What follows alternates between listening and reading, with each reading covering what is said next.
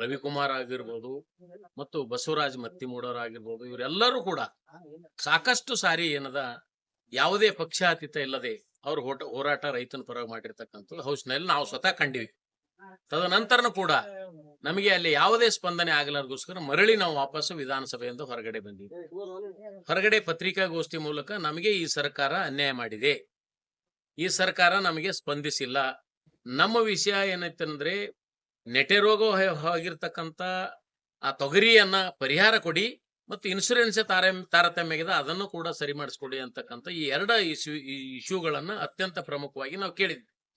ಅದಕ್ಕೆ ಅವರು ಸ್ಪಂದಿಸ್ಲಿಲ್ಲ ಅಂತಕ್ಕಂಥದ್ದು ಮನವರಿಕೆ ಮಾಡ್ಕೊಂಡು ನಾವು ಹೊರಗೆ ಬಂದ ನಂತರ ಅವ್ರು ಏನ್ ತಿಳಿತೋ ಗೊತ್ತಿಲ್ಲ, ಅವರು ಉಸ್ತುವಾರಿ ಮಂತ್ರಿಗಳು ಮತ್ತು ಶರಣ ಪ್ರಕಾಶ್ ಅವರಾಗ್ಲಿ ಮತ್ತು ಮುಖ್ಯಮಂತ್ರಿಗಳು ಉಪಮುಖ್ಯಮಂತ್ರಿ ಚರ್ಚೆ ಮಾಡಿ ನಮಗೆ ಪರಿಹಾರ ಮತ್ತು ಈಗ ಇನ್ಶೂರೆನ್ಸ್ ಏನ್ ಕೊಟ್ರ 66 ಕೋಟಿ 60 ಎಷ್ಟು ಏನು ಕೊಟ್ಟಿದಾರ, 667 ಕೋಟಿ ರೂಪಾಯಿ ಏನು ಬಿಡುಗಡೆ ಮಾಡಿದ್ದಾರೆ.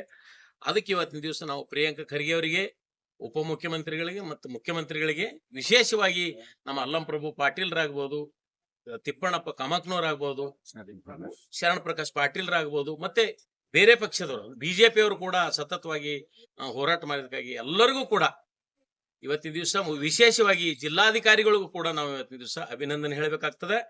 JDADಗಳು ಜಾಯಿಂಟ್ ಡೈರೆಕ್ಟರ್ ಸಮಾದ್ ಪಟೇಲ್ರು ಕೂಡ ಅವರು ಅತ್ಯಂತ ಪ್ರಮುಖವಾಗಿ ರಿಪೋರ್ಟ್ ಅನ್ನು ಬರೆದು ರಿಪೋರ್ಟ್ ಅನ್ನ ಗೌರ್ಮೆಂಟ್ಗೆ ಕಳಿಸಿರ್ತಕ್ಕಂಥ ವಿಚಾರದ ಮೂಲಕ ನಮಗೆ ಪರಿಹಾರ ಮತ್ತು ಇನ್ಶೂರೆನ್ಸ್ ಸಿಕ್ಕಿರ್ತಕ್ಕಂಥದ್ದು. ಇವರೆಲ್ಲರಿಗೂ ಕೂಡ ನಾವು ಇವತ್ತು ದಿವಸ ಅತ್ಯಂತ ಪ್ರಮುಖವಾಗಿ ಧನ್ಯವಾದಗಳನ್ನ, ಅಭಿನಂದನೆಗಳನ್ನ ನಾನು ಸಲ್ಲಿಸ್ತಾ ಇದ್ದೇನೆ ರೈತ ಮುಖಂಡಾಗಿ. ಯಾಕಪ್ಪ ಅಂದ್ರೆ ಇಂಥ ವಿಷಯಗಳನ್ನ ಬಹುಶಃ ನಾವು ಹೋರಾಟದ ಮೂಲಕ ಯಾರಾದ್ರೂ ಕೇಳಿದಾರಂದ್ರೆ ಇದು ಪ್ರಪ್ರಥಮವಾಗಿ ನಮ್ಮ ರೈತ ಹೋರಾಟಕ್ಕೆ ಜಯ ಅಂತಕ್ಕಂಥದ್ದು. ಈ ಜಯನ್ನ ಸಾಧಿಸ್ತಕ್ಕಂಥ ಒಂದು ಶಕ್ತಿಯನ್ನು ಸರ್ಕಾರ ಮಾಡ್ಯದ, ಅದು ನಮಗೆ ಅತ್ಯಂತ ಖುಷಿ ಅದ. ಅವರಿಗೆ ನಮಗೆ ಇನ್ನೊಂದು ಸಾರಿ ಅಭಿನಂದನೆಗಳನ್ನು ಸಲ್ಲಿಸುತ್ತೇನೆ. ದಯಾನಂದ್ ಪಾಟೀಲ್, ನವ ಕರ್ನಾಟಕ ರೈತ ಸಂಘದ ರಾಜ್ಯಾಧ್ಯಕ್ಷ. 300 ಕೋಟಿ ಬಿಡುಗಡೆ ಆಗ್ಬೇಕು. ಈಗ ಬಿಟ್ಟಿದ್ದನ್ನ ನಾವು ಅಭಿನಂದನೆ ಹೇಳಿದ್ವಿ. ಇನ್ನೂ 300 ಕೋಟಿ ರೂಪಾಯಿ ಬಿಡಬೇಕು. ಬೇರೆ ಬೇರೆ ವಿಷಯ ಈಗ ನಮ್ದು ಸನ್ಮಾನ್ಯ ಶ್ರೀ ಬಸವರಾಜ್ ಹಿಂಗಿನ್ ಸಾಬ್ರು ಹೇಳಿದ್ರು, GI ಟ್ಯಾಗ್ ಮೂಲಕ ಬರ್ತಕ್ಕಂಥದ್ದು ವ್ಯವಸ್ಥೆ ಸಿಕ್ಕಿಲ್ಲ. ಅದು ಕೂಡ ನಾವು ರೈತ ಪ್ರಮುಖರು ಸೇರಿ ಅದನ್ನ ಡಿಸ್ಕಸ್ ಮಾಡಿ ಆ 300 ಕೋಟಿ ರೂಪಾಯಿ ಹೇಗೆ ಕೇಳಬೇಕು ಅಂತಕ್ಕಂಥ ಮತ್ತೆ ಪ್ರಸ್ತಾವನೆ ಮಾಡ್ತಿದ್ದೆವು.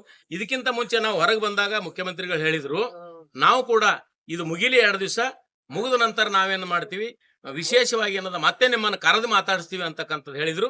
ಇನ್ನೊಂದು ವಾರ ಹೋಗ್ಲಿ, ಮತ್ತೆ ಮುಖ್ಯಮಂತ್ರಿಗಳ ಬಳಿ ಹೋಗಿ ಇಷ್ಟು ಕೊಟ್ಟಿದ್ರಿ, ನಿಮ್ಗೆ ಧನ್ಯವಾದ ಹೇಳ್ತಾ ಇದೀವಿ, ಇನ್ನೂ ಇರ್ತಕ್ಕಂಥ 300 ಕೋಟಿ ರೂಪಾಯಿಯನ್ನ ಅದು ಕೂಡ ಬಿಡ್ರಿ ಅಂತಕ್ಕಂಥದ್ದು ಪ್ರಸ್ತಾವನೆ ಇಡ್ತೀವಿ. ಈಗ ಅಂದ್ರೆ ಈಗ ಘೋಷಣೆ ಮಾಡಿರ್ತಕ್ಕಂಥ ಅಮೌಂಟ್ ಎಷ್ಟು ದಿನದಲ್ಲಿ ಜಮಾ ಆಗ್ಬೋದು? ನನಗೆ ಆಲ್ರೆಡಿ ಅವರು ಕ್ಯಾಬಿನೆಟ್ ಅಲ್ಲಿ ಕರೆದು ಜಿಯೋ ಹೊರಗೆ ಹಾಕಿದ್ದಾರೆ.